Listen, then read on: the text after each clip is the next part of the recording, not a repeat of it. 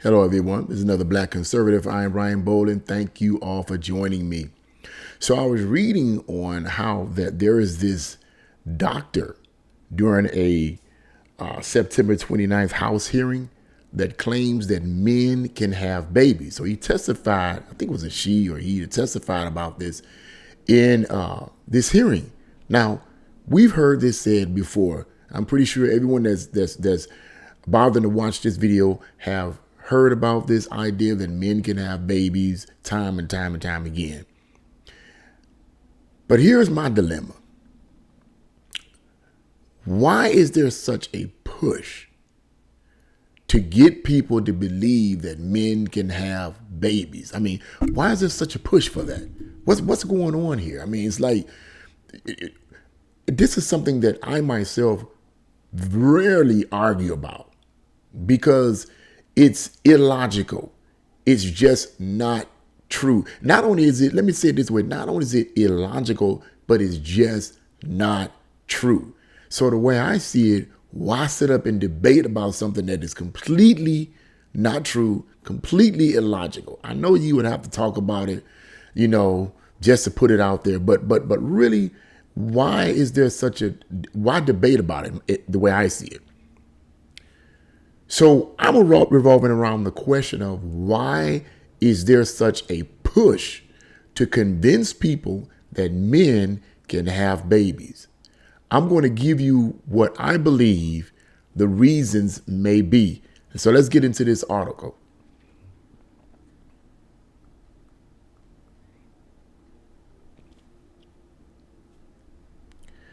And it starts off, a Planned Parenthood doctor affirmed at a September 29th House hearing that men can get pregnant and have babies. Affirmed this. Now, this is in a House hearing.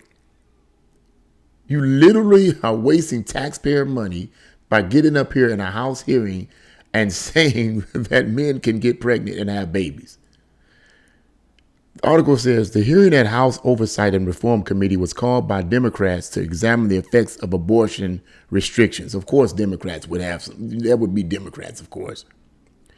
In response to a question from Andrew Clyde, Representative Andrew Clyde, Dr. Havik Kamoor, medical director for primary and trans care at Planned Parenthood Gulf Coast, said, quote, men can have pregnancies, especially trans men.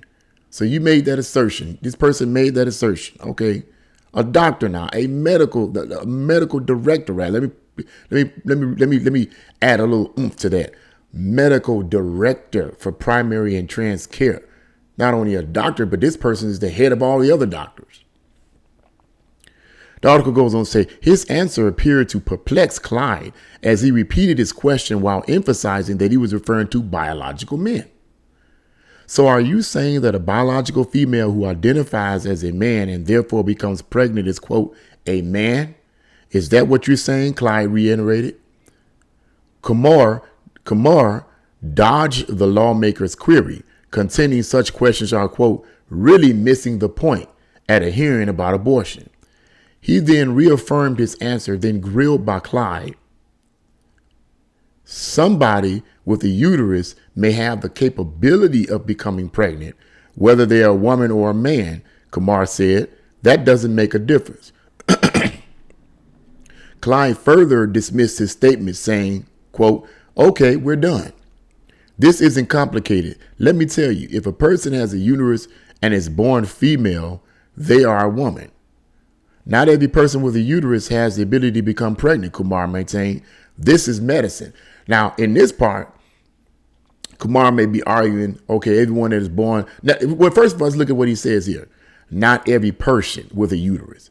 Notice the word person. He didn't say not every woman, because only women have uteruses.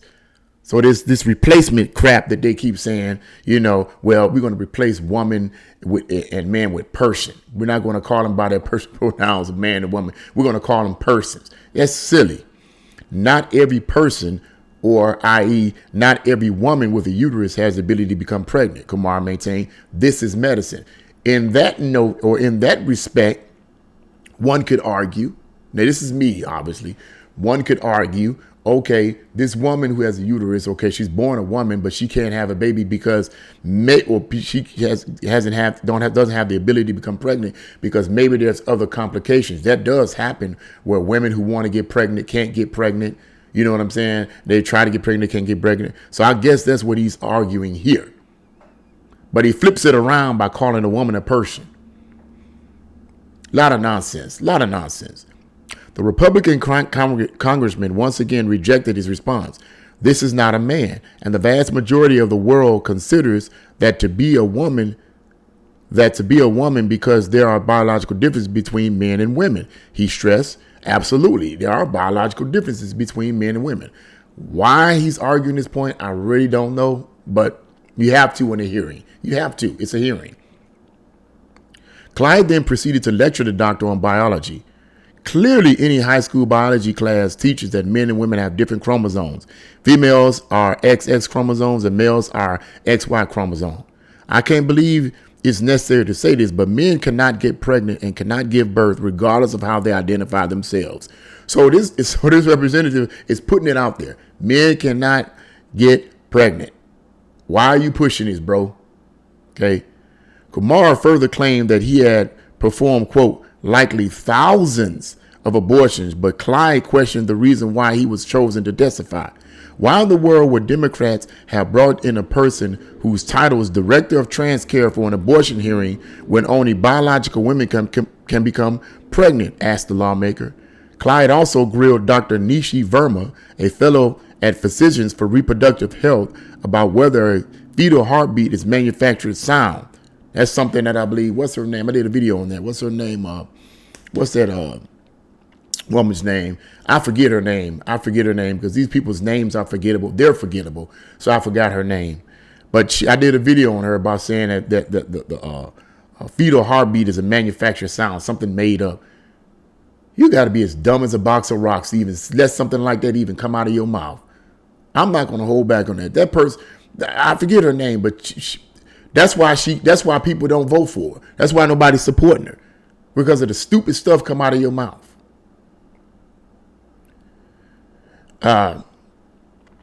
So it says about whether a heartbeat is manufactured sound, but Verma eluded his question, calling it a complicated issue. Like so many things in medicine, it's complex, she said. How is it complex? Finally, she claimed that she needed, quote, a little bit of time to give an answer. Why do you need a little bit of time to give a simple answer? I don't know. I can't figure that out. At the Thursday hearing, Democrats blasted Republicans for state restrictions on access, while Republicans accused Democrats of advocating for unfettered abortion. That's the end of that article right there. So it's this Democrat-Republican thing back and forth. You're going to see this kind of stuff increase over the course of time until we get to the November elections, midterm elections. But here's the deal. This is what I wanted to get at.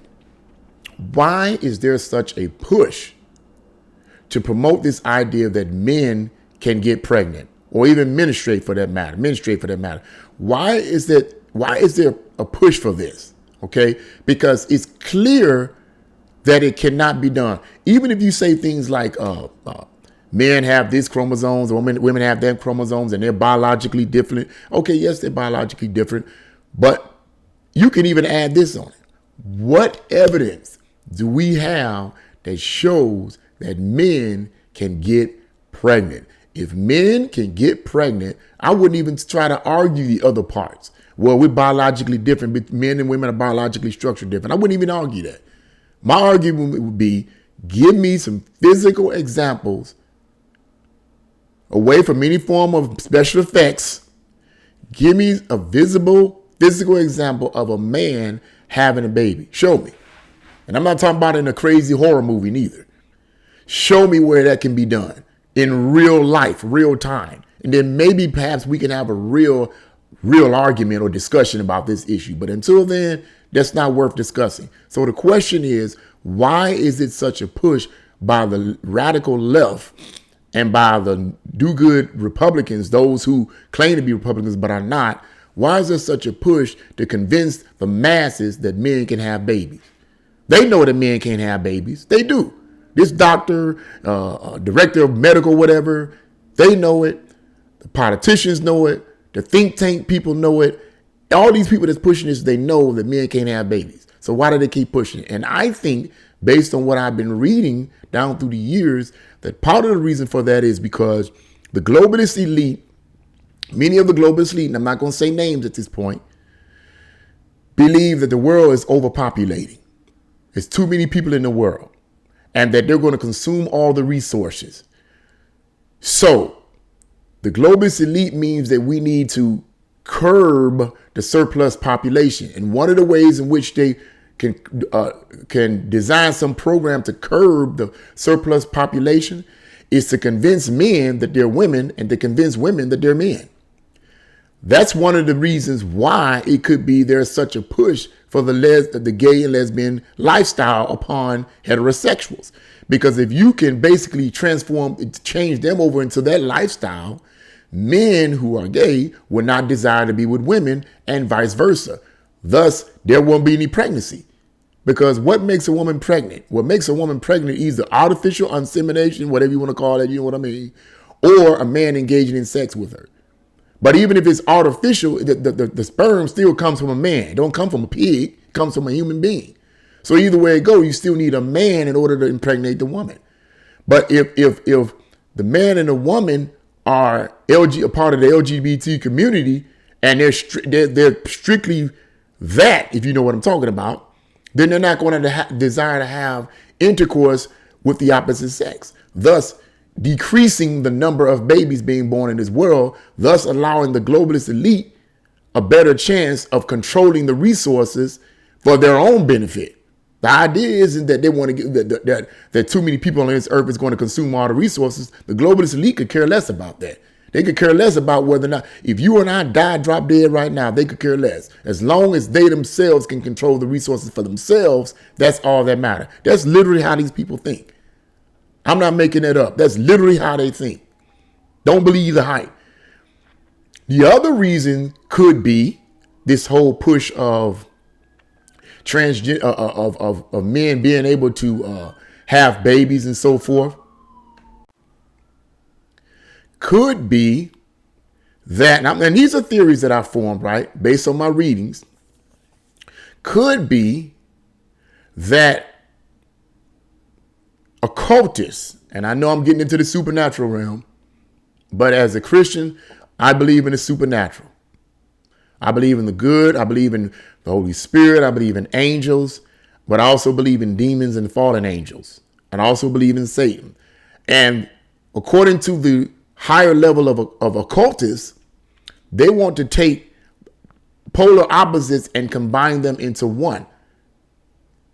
You have polar, according to a Gnosticism, the system of Gnosticism, or the duality of Gnosticism, we have the so-called good and you have the so-called bad, which are neutral in their sense. The idea is to combine the two forces together into one, thus bringing us into an age, which I'm not going to say on this YouTube channel here, but bring us into some type of enlightened age.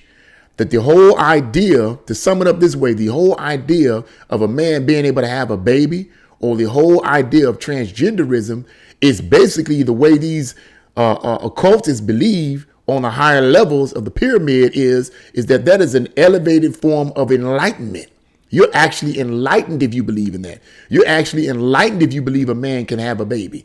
You're actually enlightened if you believe a man can automatically, based on what he says, be a woman and vice versa. You're enlightened.